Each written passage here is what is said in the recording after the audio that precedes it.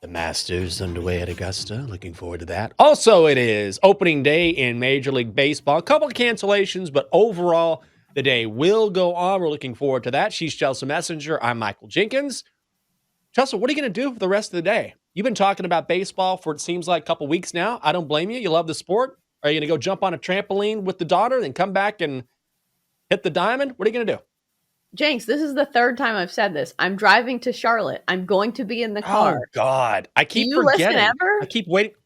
Not really. No. I like to play Wordle or look at memes like you do. I think slowly the tides are turning here. Now, I don't listen, and I look at memes all the time, and you end up saying, what are you doing? Are you listening to me? I feel No, like we've done this, you've been except Googling hats and fedoras and things that you want to that's wear on true. your head because, now your full attention is what hat you're going to wear on the next show. So if you're traveling, are you going to listen on the radio? Are you going to stream on your phone? How are you going to keep up then? Both, Jenks. We live in the year 2022, so we can both listen to the radio and listen and watch on our phones. I love technology for that reason. It's just going to suck when we drive through the mountains and things crap out. So that's going to suck. But yes, I'm going to be dialed in some way or another. Okay. See, I don't have the attention span for that. I got to focus on one thing because if I'm listening to if I'm driving, I'm not watching a screen and also trying to watch the road. It's probably a good thing I don't have a car, but I need my attention focused on one thing. Maybe I can look at another screen, but for the most part, I have a hard time multitasking. You can't watch two screens at once. I can, but if I'm watching one screen but then listening to something else, it's confusing. I can watch two screens, but if I'm hearing one thing on the radio but then watching something else, I feel like I'm listening to the broadcast and it doesn't match up. I think baseball is one of those sports you can listen to on mute, and it's not terrible, Mhm. right? Like if But Jinx, like if I no, that's true. you're missing out on the great American pastime, which is watching TV and scrolling on your phone. I think that's the new great American pastime. Does anybody watch TV these days full attention? I'm pretty sure nobody does. I always go down to my phone. I had this test the other night when I was out on Tiki Tuesday. I was like, okay, Michael, let's see if you can sit here and either not stare at the TV because I'll look at my phone and then I've got ESPN or something up. And I was like, put your phone down. And then my eyes go up to the TV. If I'm not watching the TV, eyes down to the phone, back and forth, back and forth. And I thought, how long can you go and just be without having some sort of weird stimulation that you need? I couldn't do it. I did it for like a minute or two, and I was like, I wonder what's on TikTok right now. Am I missing anything on TV? I can't do it. I got to break that habit. It's awful. I'm excited to see the screenshots from baseball games in which we see people doing Mhm. other things. Because in baseball, it's extremely popular. We see these pictures of people like knitting in the stands, reading a book, doing some kind of crossword puzzle. So I'm excited to see those. Or somebody looking at their phone and just getting like walloped by a foul ball. So it's coming. The fun little things that come along with baseball that I am excited for in every regard. Ah, I can't wait for that. Coming up next on BetQL Daily, the Nets ride Kevin Durant in the second half and come all the way back to beat the Knicks. The Joes and Aaron debate which teams need to avoid Brooklyn in the first round of the playoffs. And if you missed our preview of the best games in the Eastern Conference, all you have to do is download and subscribe to the Daily Tip wherever you get your podcasts. Let's do it. It's time to find out who we have the most faith in today. Today's best bets.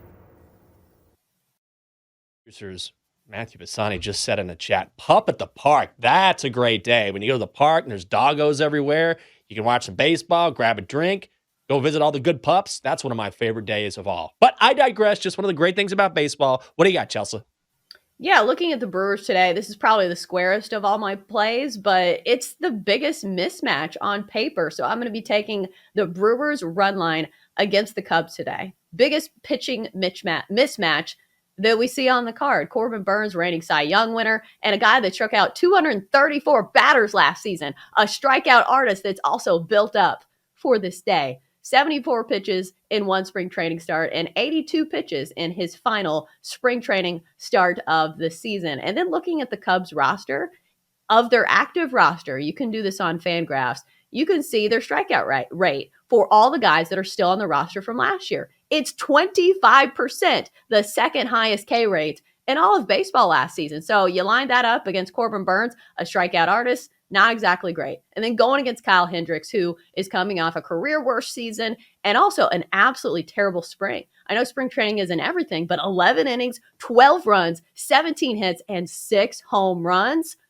against a team that I know is not offensively great, but the wind is also blowing out at Wrigley today. That's why the total is so high. So I think the Brewers can get some in the air against Kyle Hendricks. I'm going to take the Brewers on the run line today at minus 120.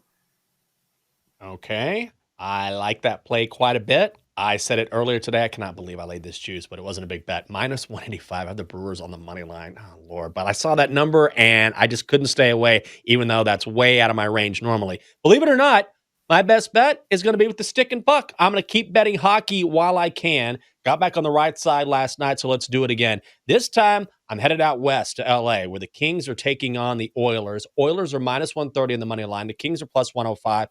I am interested in the total, which is set at 6.5. So clearly, Vegas is expecting a high-scoring game. I think this is going to hit the under. Neither of these teams is spectacular defensively. And as we get closer and closer to playoff hockey, you see some of these games get really tight because these teams are jockeying for playoff position. Also, the Kings have problems scoring anyway. They only average 2.82 goals per game. So I think this total is based too high simply on Edmonton's offense alone. I think the under is the right side. So give me under 6.5 goals. Oilers and Kings, that is minus 115 at BetMGM. Chelsa, where's that 8 ball?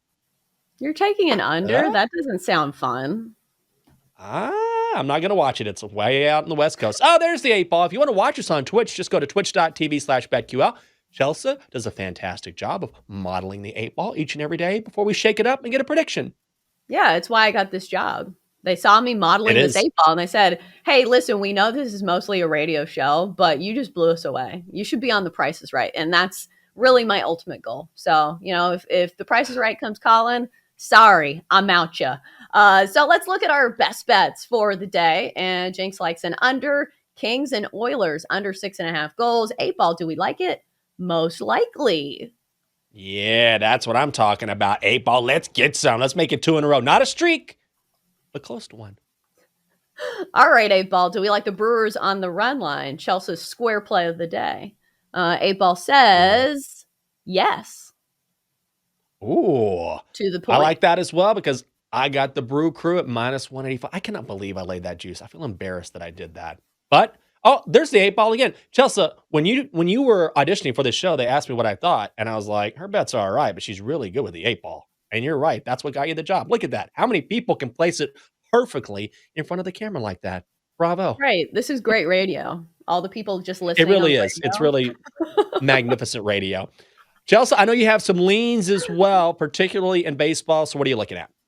Yeah, I'm going to do a K prop for Corbin Burns. We just talked about the Brewers and the Cubs game. So it has a little bit of, I have some liability on this one as I have 2 plays on this Brewers and Cubs game. But looking at the strikeout prop for Corbin Burns, it's 6.5, a little juicy at minus 150. But he's been good to start the season. In 2 of his last 3 starts, he has gone double-digit strikeouts, 11 strikeouts one year, 12 strikeouts last season, and even 6 in 3 1/3 innings of work on the short season in 2020. So kind of an odd year. But looking at his numbers against the Cubs, my goodness, in 71 at-bats, he has 36 strikeouts against the Cubs batters. I am not great at math, but that's close to 50% of batters facing Corbin Burns that are striking out. And then looking at the numbers for the Cubs last season, their active roster right now from last season has a 25% K rate. They're striking out 25% of the time. That's the second highest rate in all of baseball. So I'm going to go with Corbin Burns over a strikeout prop of 6.5 at minus 150.